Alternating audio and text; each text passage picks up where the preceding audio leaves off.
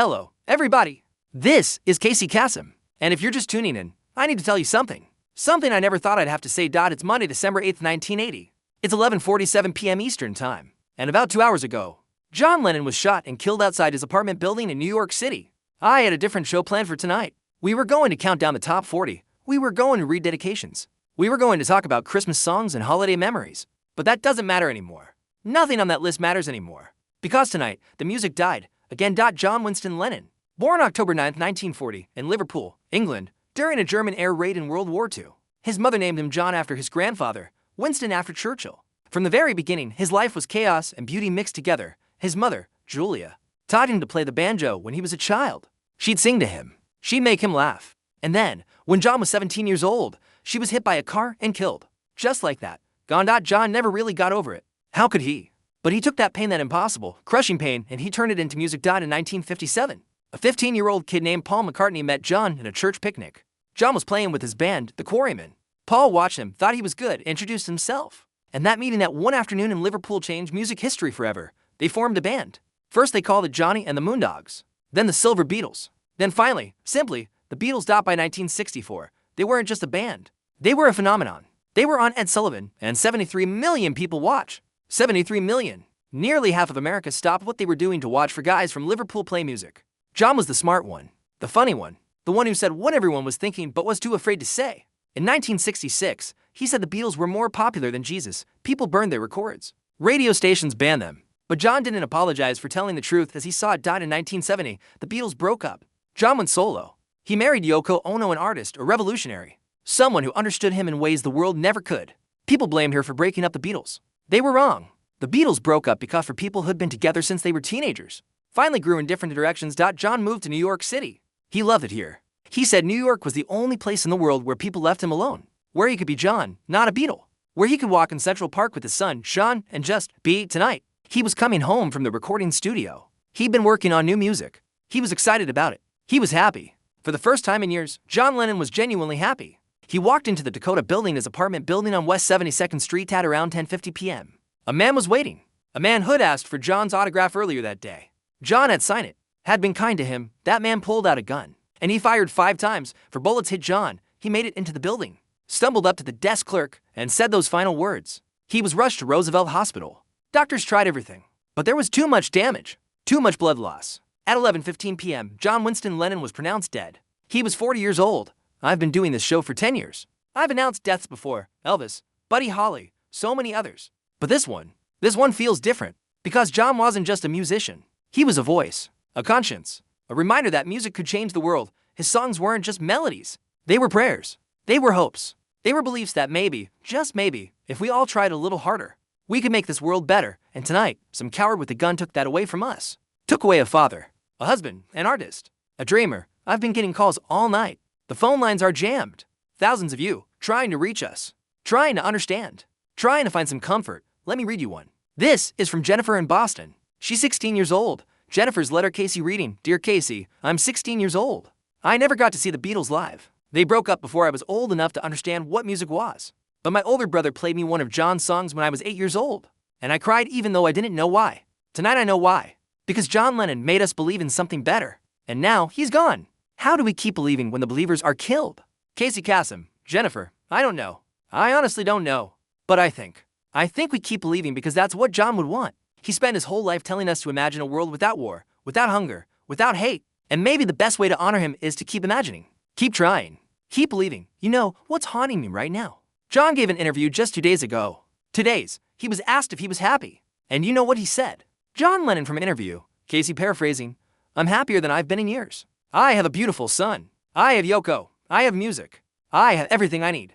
Life is good. Casey Kasem, life was good. For 2 more days. Yoko Ono released a statement about an hour ago. Yoko Ono's statement. Casey reading, John loved and prayed for the human race. Please pray the same for him. Casey Kasem, that's all. That's all she could say. Can you imagine? Your husband of 11 years is murdered outside your home, and you still have the grace to ask people to pray for him. That's love. That's the kind of love John sang about. I want to tell you something else. Something I haven't told many people. I met John Lennon once. It was 1975 at a radio convention in Los Angeles. He was there promoting his new album. I was there representing American Top 40. I went up to him nervous, starstruck. The whole thing, and I said, Casey to John, recreating moment, Mr. Lennon. I just want to thank you. Your music has meant so much to so many people. John Lennon, Casey recreating his response. Music doesn't mean anything if nobody's listening. Thank you for helping people listen. Casey Kasem, that was it. 15 seconds. But I've never forgotten it. Because that was John. He understood that art isn't art without an audience. That music is a conversation, not a monologue. That connection, real, human connection, was everything. Right now, thousands of people are gathering outside the Dakota building. They're holding candles. They're singing. They're crying.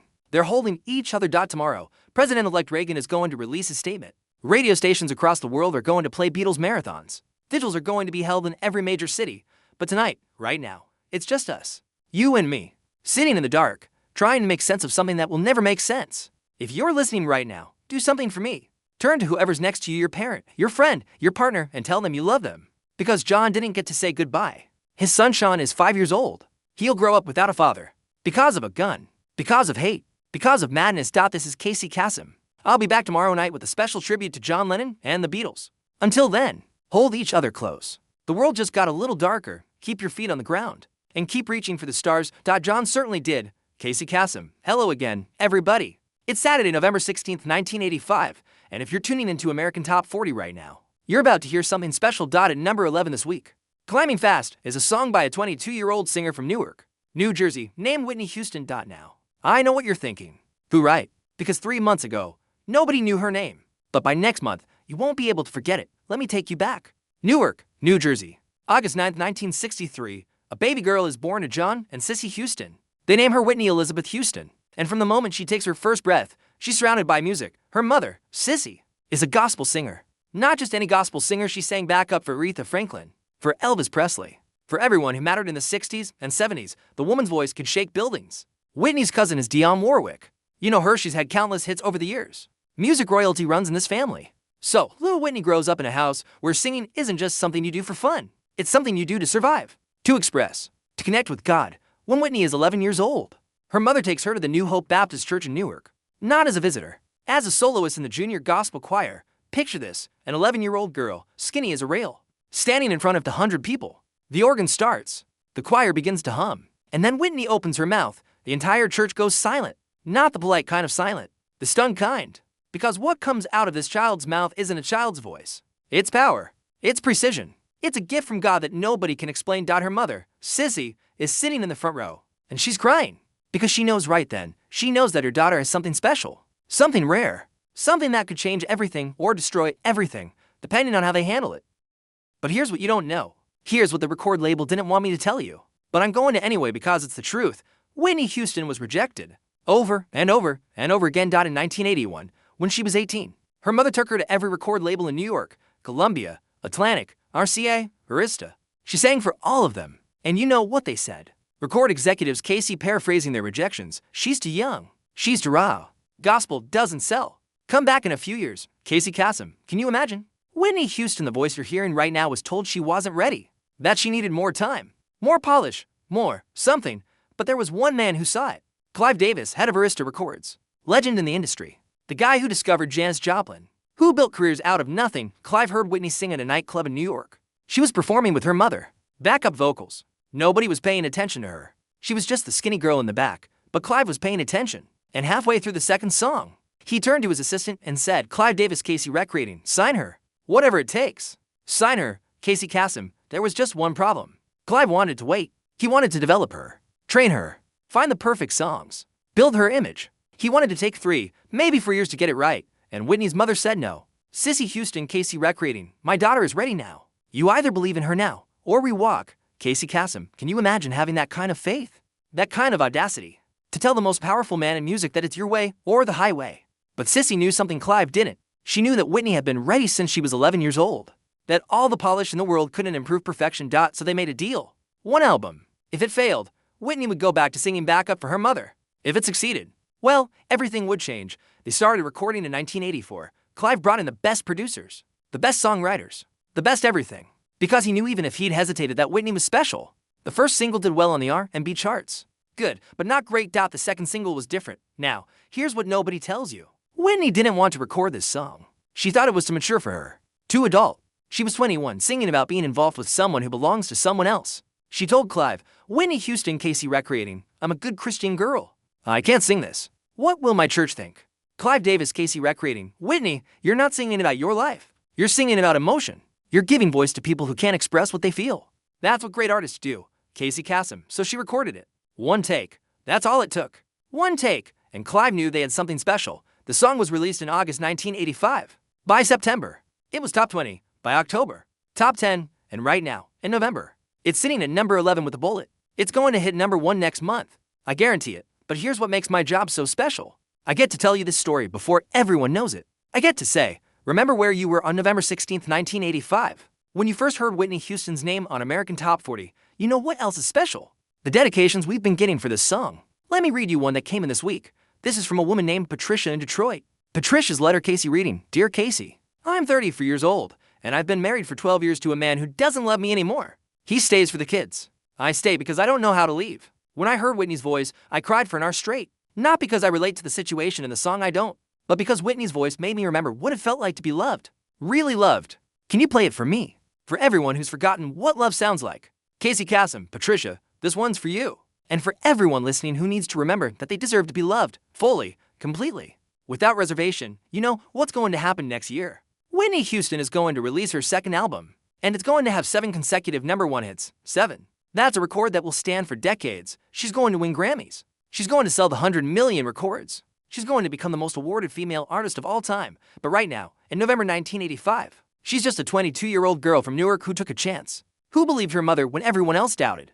Who opened her mouth and let God's gift pour out, and we get to hear you and me at the beginning.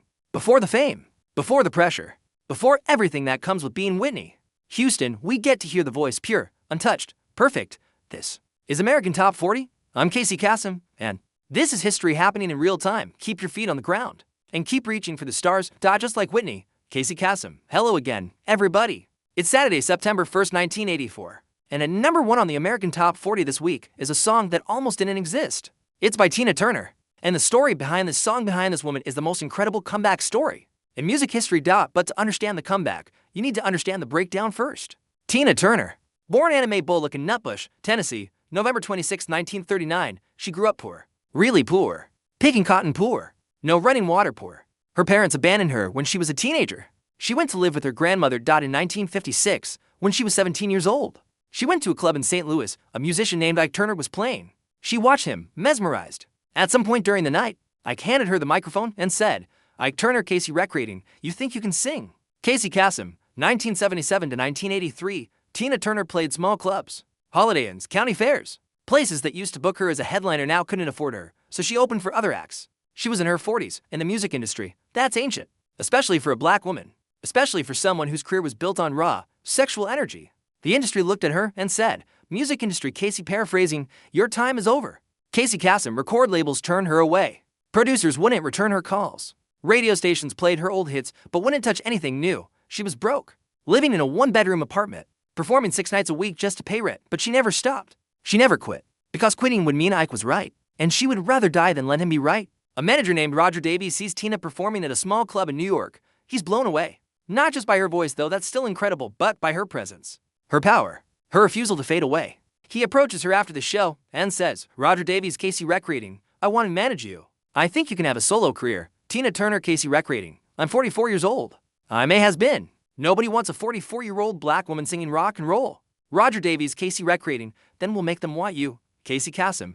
They record a demo. They shop it to every label in the industry. 23 rejections. 23 companies say no. Until Capitol Records says, maybe, they'll give her 1 album. 1 shot, low budget, no promotion. If it fails, that's it. Career over. Tina signs. Because what else is she going to do? She's been fighting for 8 years. She's exhausted. This is her last chance. They bring in songwriters, producers, everyone's skeptical. Can a 44-year-old woman compete with Madonna? With Cyndi Lauper? With all these young, fresh faces? One of the producers brings in a song. It was written for a British singer who turned to Casey Kasem. She could sing, though. Could she sing? Within a year, she was performing with Ike's band. Within 2 years, they were married. Within 3 years, they had their first hit, and for the next 16 years, Ike and Tina Turner were one of the biggest acts in music. They were unstoppable on stage, electric, powerful, but behind the scenes, Anna Mae Bullock was disappearing, and Tina Turner was being destroyed. I'm going to tell you something that Tina Turner herself only recently started talking about, publicly. For 16 years, Ike Turner beat her, physically, psychologically, constantly. He controlled every aspect of her life. What she wore, what she sang, who she talked to, when she could sleep, when she could eat. She tried to leave multiple times. He'd find her, drag her back, tell her, Ike Turner, Casey recreating his abuse. You're nothing without me. Nobody would want you. You're too old, too used up, too nothing. Casey Kasem, and for years, she believed him. July 1976, Dallas, Texas. Ike and Tina are on tour. They're staying at a hotel. They get into a fight, one of hundreds, maybe thousands. But this time, something in Tina snaps. Maybe it was the punch. Maybe it was the 16 years of accumulated rage. Maybe it was just the moment when survival instinct finally overpowered fear. She ran, got in a car, drove to a friend's house, and she never went back. She left with 36 cents in her pocket. That's it. 36 cents, no money, no career because I own everything, no house, no safety, just 36 cents and a decision that she'd rather be poor and free than rich and destroyed. The next 8 years were hell. Different kind of hell, but still hell. She filed for divorce. Ike fought it. The legal battle took years. When it was finally settled, Tina got nothing. No money from the albums they made together. No royalties, nothing. Except the name. She fought for the right to keep the name Tina Turner. The judge thought she was crazy. Judge Casey recreating, you're fighting for a name, not the money, not the house. Tina Turner, Casey recreating, I earned that name. That's mine. Casey Kasem, 1977 to 1983. Tina Turner played small clubs, holiday inns, county fairs. Places that used to book her as a headliner now couldn't afford her, so she opened for other acts. She was in her 40s in the music industry. That's ancient, especially for a black woman, especially for someone whose career was built on raw, sexual energy. The industry looked at her and said, music industry, Casey paraphrasing, your time is over. Casey Kasem, record labels turned her away. Producers wouldn't return her calls. Radio stations played her old hits but wouldn't touch anything new. She was broke, living in a one-bedroom apartment, performing 6 nights a week just to pay rent, but she never stopped. She never quit, because quitting would mean Ike was right, and she would rather die than let him be right. A manager named Roger Davies sees Tina performing at a small club in New York. He's blown away. Not just by her voice, though, that's still incredible, but by her presence, her power, her refusal to fade away. He approaches her after the show and says, Roger Davies, Casey recreating, I want to manage you. I think you can have a solo career. Tina Turner, Casey recreating, I'm 44 years old. I may has been. Nobody wants a 44-year-old black woman singing rock and roll. Roger Davies, Casey recreating, then we'll make them want you. Casey Kasem. They record a demo. They shop it to every label in the industry. 23 rejections. 23 companies say no. Until Capitol Records says, maybe, they'll give her one album. One shot, low budget, no promotion. If it fails, that's it. Career over. Tina signs. Because what else is she going to do? She's been fighting for 8 years. She's exhausted. This is her last chance. They bring in songwriters, producers, everyone's skeptical. Can a 44-year-old woman compete with Madonna? With Cyndi Lauper? With all these young, fresh faces? One of the producers brings in a song. It was written for a British singer who turned it down. It's kind of pop, kind of rock, kind of different. In Tina Turner, Casey recreating, this isn't me. This is too soft to pop. I'm a rock singer. Producer Casey recreating, just try it. One take. If you hate it, we'll move on. Casey Kasem, she records it. One take. And even she has to admit it's good. Really good. There's something about the way her raspy, powerful voice wraps around these vulnerable lyrics. It's contrast. It's tension. It's perfect. The album is released in May 1984. The song is the lead single, and at first, nothing happens. Radio stations won't play it. MTV won't touch it. The song just sits there, dead in the water. But then, a few R&B stations give it a chance. And the phones light up. People are calling, asking. Radio callers, Casey paraphrasing, who is this? Casey Kasem. Young people who've never heard of Tina Turner are discovering her for the first time. Pop stations start picking it up. Then rock stations. Within weeks, it's everywhere. July 1984. The song hits the top 10, August. It's top 5, and today, September 1st, 1984. It's the #1 song in America. Tina Turner, 44 years old, 8 years removed from fame, broke, rejected, written off. #1. You want to know what makes this even more incredible? Tina didn't even have a phone when the song hit #1. She couldn't afford one. Someone had to drive to her apartment to tell her. Tina Turner, Casey recreating her reaction, stop messing with me. I don't have time for this. Casey Kasem, but it was real. It was happening. The comeback everyone said was impossible. Let me tell you what's going to happen next. Because I've seen the future. It's bright. Tina Turner is going to win 3 Grammys next year. Record of the Year, Song of the Year, Best Pop Vocal Performance. She's going to sell 20 million copies of this album. 20 million. She's going to tour the world. Sell out arenas. Prove that 44 isn't old. It's powerful. She's going to inspire a generation of women to leave abusive relationships. To start over. To believe that it's never too late. And you know what the best part is? Ike Turner is going to watch all of this happen. He's going to see the woman he said was nothing become everything. And there's not a damn thing he can do about it. I want to read you a dedication. This one came in from a woman in Phoenix. Phoenix listeners letter Casey reading, Dear Casey, I'm 52 years old. I left my husband 3 years ago after 30 years of marriage. He told me I was too old to start over, that nobody would hire me, that I'd end up alone and broke. I believed him for a long time, but then I heard Tina Turner's song and I thought, if she can do it at 44, I can do it at 52. I got a job, got my own apartment, and last week, I went on my first date in 33 years. Please play Tina's song for every woman who's been told she's too old, too tired, too late. Tell them it's never too late. Casey Kasem. I don't even know your name, but this one's for you. And for every person listening who thinks their best days are behind them, this is Tina Turner. #1 in America. And proof that the best revenge is living well. Keep your feet on the ground. And keep reaching for the stars, even when everyone tells you to stop reaching, especially then. Casey Kasem. Hello again, everybody. It's Saturday, March 26, 1983. And if you watch television on Monday night, if you watch Motown 25, yesterday, today, forever you witness history. You witness the moment when Michael Jackson stopped being a star and became something else entirely. I'm talking about the moonwalk. 83 seconds that changed everything. Let me set the scene for you. The Pasadena Civic Auditorium. NBC is taping a Motown Records 25th anniversary special. Every legend is there. Smokey Robinson, Diana Ross, Marvin Gaye, The Temptations, Stevie Wonder. And Michael Jackson. 24 years old. Already famous, he's been famous since he was 11. The Jackson 5, all those childhood hits. But lately, he's been different, quieter, more reclusive. He released an album called Thriller in November 1982. And it's doing well, really well, but nobody knew what he was planning for this performance. Nobody except Michael. Here's what you didn't see. 3 weeks before the Motown special, Michael was rehearsing in a studio in Los Angeles. Just him and his choreographer, a guy named Michael Peters. They're working on a routine for one of his current hits, the song. That's currently sitting at #1 on our countdown. Michael wants to do something different, something nobody's ever seen before. Michael Peters shows him a move. It's a backwards glide. Looks like you're walking forward, but you're actually sliding backwards. Street dancers in the Bronx have been doing variations of it for years, but nobody's ever done it on national television. Nobody's ever done it perfectly. Michael practices for hours, then days, then weeks. His feet are bleeding, literally bleeding from dancing in the same shoes over and over. But he won't stop, because Michael Jackson doesn't do good enough. He does perfect the night of the taping.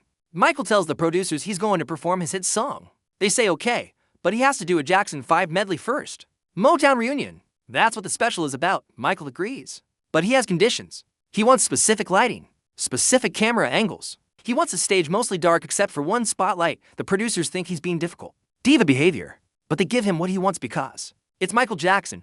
What they don't know is that Michael has been planning this for months. The lighting, the costume, the glove, oh, that glove. The single white sequin glove that's going to become the most iconic piece of clothing. In music history. Every detail matters. Every second counts. Monday night, March 25th, 1983, 8:30 p.m. Eastern Time. 47 million people are watching NBC. 47 million. The Jackson 5 perform their medley. It's good, nostalgic. Michael's brothers are smiling, having fun. Michael is professional, hitting every mark, but you can tell his mind is somewhere else. The medley ends. Michael's brothers leave the stage. The audience is applauding. The show is about to move on to the next act, but Michael doesn't leave. He stays on stage. The lights dim, and he says quietly, almost shyly, Michael Jackson, Casey recreating. I have to say, those were the good old days. I love those songs. But what I really like are the new songs. Casey Kasem, the bass line drops. You know the one. That hypnotic, driving beat that makes your heart beat faster. Michael stands perfectly still. The spotlight hits him, and for the first time, America sees the outfit. Black sequin jacket, black pants that are just a little too short showing off his white socks, black loafers, and that glove, that single, sparkling, white sequin glove on his right hand. He starts moving. Not dancing yet, just moving, shoulders rolling, body swaying, building anticipation, and then, at exactly 30 seconds into the performance, he spins. A perfect, tight spin. And when he stops, he's in this pose, feet apart, knees bent, glove raised to his face. The audience screams, but they haven't seen anything yet. For the next minute, Michael Jackson does things that shouldn't be possible. He moves like water, like electricity, like something not quite human. He's popping, locking, spinning. Every move is crisp, precise, perfect. And then, at about 3.5 minutes into the performance, it happens. Michael stands perfectly still. The music quiets for just a moment. He tilts his head back, raises that gloved hand, and then he walks backwards. Except he's not walking. He's gliding, floating, moving across the stage like someone's pulling him on invisible strings. The MOONWALK. 40-7 million people lose their minds simultaneously. The audience at the Pasadena Civic Auditorium jumps to their feet, screaming. Some people are crying. Some people are frozen in shock. In living rooms across America, Kids are rewinding their VCRs, trying to figure out how he did it. Parents are calling their friends. Viewers, Casey recreating. Are you watching this? Are you seeing this? Casey Kasem. Michael does the moonwalk for exactly 8 seconds. 8 seconds that will be replayed a billion times. 8 seconds that will be studied, analyzed, imitated, and never duplicated. Because it's not just the move, it's the confidence, the swagger, the way he tosses his head back and lets the audience know, I'm Michael Jackson, and I just showed you magic. The performance ends. Michael holds his final pose, feet apart, knees bent, head down. The audience is on their feet. Standing ovation. 2 minutes of uninterrupted applause. Michael walks off stage. Doesn't wave. Doesn't acknowledge the applause. Just walks off like it was nothing, but it wasn't nothing. It was everything. The next morning, every news station in America is talking about it. Good Morning America, The Today Show, local news, everyone. Fred Astaire. The greatest dancer in film history calls Michael Jackson to tell him it was the greatest performance he'd ever seen. Kids across America are trying to moonwalk in their living rooms, on their driveways, in school hallways, breaking lamps, bruising tailbones. Nobody cares. They have to learn this move. Our phone lines here at American Top 40 have been jammed for 3 days. Everyone wants to talk about it. Everyone wants to request his hit. Let me read you some of these dedications. This one's from Tommy in Chicago. Tommy's letter. Casey reading. Casey, I'm 14 years old. I watched the Motown special with my dad. When Michael did the moonwalk, my dad, who never gets excited about anything, jumped off the couch and yelled to rewind it. We watched it 23 times in a row. 23 times. Can you play the song for my dad? He says Michael Jackson is the greatest performer who ever lived. Casey Kasem. Tommy, your dad is right. This one's for both of you. Here's another one. Lisa from Atlanta writes, Lisa's letter. Casey reading. Dear Casey, I'm a dancer. I've been dancing since I was 4 years old. I thought I was good. Then I saw Michael Jackson on Monday night, and I realized I don't know anything. I've been practicing the moonwalk for 3 days straight. My mom says I'm going to wear a hole in the kitchen floor. I don't care. I have to learn it. Please play the song so I can practice some more. Casey Kasem. Lisa, keep practicing. Who knows? Maybe someday you'll be the one making 47 million people jump off their couches. You know what I think? I think we just witnessed the moment when Michael Jackson stopped being human and became myth. Think about it. Before Monday night, Michael Jackson was a talented singer, a former child star, a guy with a good album. After Monday night, he's a phenomenon. He's the moonwalk guy. He's the glove guy. He's the guy who defies gravity and logic and everything we thought we knew about performance. And here's the crazy part, his album Thriller. It's already sold 10 million copies. But after Monday night, it's going to sell another 40 million. 50 million. It's going to become the best-selling album of all time because of 83 seconds. Because Michael Jackson understood something the rest of us are still learning. It's not about the song. It's about the moment, the visual, the experience. He created a moment nobody will ever forget. I've been doing this show for 13 years. I've seen a lot of performances, a lot of #1 songs, a lot of artists come and go, but I've never seen anything like Monday night. I don't think I ever will again. Michael Jackson, #1 on American Top 40 for 7 weeks and counting. And now, whenever you hear the song, you won't just hear the music. You'll see the moonwalk. You'll see the glove. You'll see history. That's the power of a perfect performance. It changes the song forever. Keep your feet on the ground and keep reaching for the stars. Or in Michael's case, glide backwards to them. Casey Kasem. Hello again, everybody. It's Saturday, February 14th, 1987, Valentine's Day, and at #1 on American Top 40 this week is a song about two people who probably shouldn't be together but can't let go. It's by Bon Jovi, and I'm going to tell you something the record label doesn't want me to tell you, John. Bon Jovi wrote this song drunk at 3 o'clock in the morning after his girlfriend broke up with him, and he almost threw it in the garbage. Let me take you back. New Jersey. Winter 1986, John Bon Jovi, real name John Francis Bon Jovi Jr., is 24 years old and on top of the world. His band's first album did okay. Their second album did better, but John wants more. He doesn't want to be a good band. He wants to be the biggest band in the world. There's just one problem. His personal life is falling apart. His girlfriend, a girl he's been dating since high school, sits him down one night and says, John's girlfriend Casey recreating, I can't do this anymore. The touring, the groupies, the late nights. I'm done. John Bon Jovi. Casey recreating, fine, leave. I don't need you. Casey Kasem, but he does need her. He just won't admit it. So it's January 1986, 3 in the morning. John is alone in a rented studio in New Jersey. He's supposed to be writing songs for the band's third album, the album that's going to make or break them, but he can't focus, can't think, can't write. So he does what any heartbroken 24-year-old does. He starts drinking. Straight from the bottle. His guitarist, Richie Sambora, is there too. They're both drunk, both miserable. Richie's marriage is falling apart. John's relationship just ended. To guys in their 20s who thought they had everything figured out. Realizing they don't know anything, around 3:30 a.m., John picks up an acoustic guitar, starts playing random chords. Nothing special, just noise, and then he stumbles on something. For chords, that's it. for simple chords that every guitarist knows, but there's something about the way he plays them. The rhythm, the feel. He keeps playing them over and over. Richie, who's half asleep on the couch, sits up and says, Richie Sambora, Casey Recreating. What is that? John Bon Jovi, Casey Recreating. I don't know. Nothing. Just messing around. Richie Sambora, Casey Recreating. Play it again. Casey Kasem. So John plays it again. And again. And somewhere around the fifth time, words start coming. He starts singing about a working class guy named Tommy. Tommy used to work on the docks. The union's been on strike. He's down on his luck. It's tough. So, tough. John has no idea who Tommy is. He's just making it up. Drunk, tired, heartbroken. Then there's Gina. She works the diner all day, working for her man. She brings home her pay for love. Richie Sambora, Casey Recreating. Keep going. Casey Kasem. And just like that, they have the first verse. They write the whole song in 20 minutes. 20 minutes. Start to finish. Tommy and Gina. To working class kids trying to make it in a world that doesn't care about them. Holding on to each other because that's all they have. John doesn't realize it, but he's writing about himself. About his girlfriend. About everyone in New Jersey who's trying to make something out of nothing when they finish. John plays it back. And then he does something crazy. He crumples up the paper and throws it in the trash. Richie Sambora, Casey Recreating. What are you doing? John Bon Jovi, Casey Recreating. It's garbage. It's too simple. For chords. Everybody's heard these chords a million times. We need something better. Casey Kasem. Richie gets up, walks to the trash can, pulls out the crumpled paper, and says, Richie Sambora, Casey Recreating, you're an idiot. This is the best thing you've ever written. It doesn't matter if Tommy and Gina are real. What matters is that everyone listening knows that Tommy and Gina. Hell, everyone listening is Tommy and Gina. Casey Kasem. John stares at him, then looks at the crumpled paper, then says, John Bon Jovi, Casey Recreating, we need to record this. Right now. Before I sober up and change my mind. Casey Kasem. They call their producer, Bruce Fairburn. At 4 a.m. Wake him up. Tell him they have a song. Bruce Fairburn, Casey Recreating. Can this wait until morning? John Bon Jovi, Casey Recreating. No, if we wait, I'll talk myself out of it. Casey Kasem. By 6 a.m.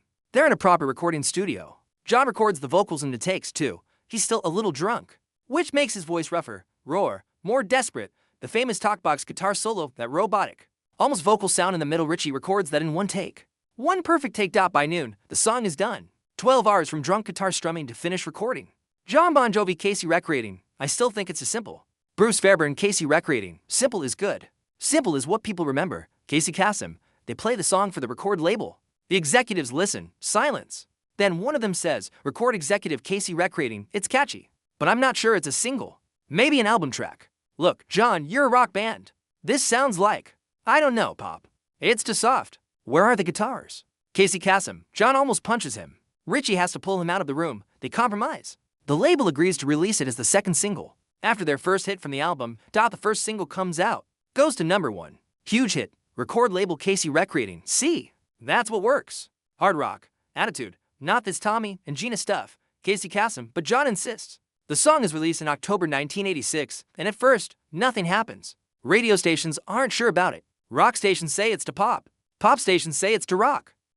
But then, somebody at a radio station in Philadelphia takes a chance. Plays it during drive time, and the phones explode. Radio callers Casey Recreating. What was that song? The one about Tommy and Gina. Play it again. Casey Kasem. So they play it again. And again. Within days, every station in Philadelphia is playing it. Then New York picks it up. Then Boston. Then Los Angeles. By December 1986, it's top 10. By January 1987, top 5. Today, February 14th, 1987, Valentine's Day, it's the #1 song in America. You want to know the best part? John Bon Jovi's ex-girlfriend, the one who broke up with him. Right before he wrote this song, she calls him after it hits #1. John's ex-girlfriend, Casey Recreating. I made a mistake. Can we try again? John Bon Jovi, Casey Recreating. You're right. You did make a mistake. But that mistake gave me the biggest song of my career. So, thank you, Casey Kasem. He hangs up. Now, I don't know if that story is 100% true. John tells it different every time. But what I do know is this song was almost thrown away. Almost never recorded. Almost never released. And now it's the anthem for everyone who's ever struggled. Everyone who's ever held on when letting go would have been easier. Let me read you a dedication. This one's from Michael in Detroit. Michael's letter. Casey reading. Dear Casey, I'm 28 years old. I work at a factory. My wife works at a diner. We have a 2-year-old son. Last month, I got laid off. We're 3 months behind on rent. We don't know how we're going to make it. But every morning, when my alarm goes off at 5 a.m., this is the first song I play. It reminds me that we're not alone. That Tommy and Gina made it. That we can too. Can you play it for my wife, Sarah? Tell her we're halfway there. Casey Kasem. Michael, this one's for you and Sarah. And for everyone listening who's hanging on by a thread, you're going to make it. I promise. This is Bon Jovi, #1 in America. Written drunk at 3 a.m., almost thrown in the trash. Now, saving lives. Sometimes the best things in life come from the worst moments. Keep your feet on the ground and keep reaching for the stars, even when you're halfway there, especially then.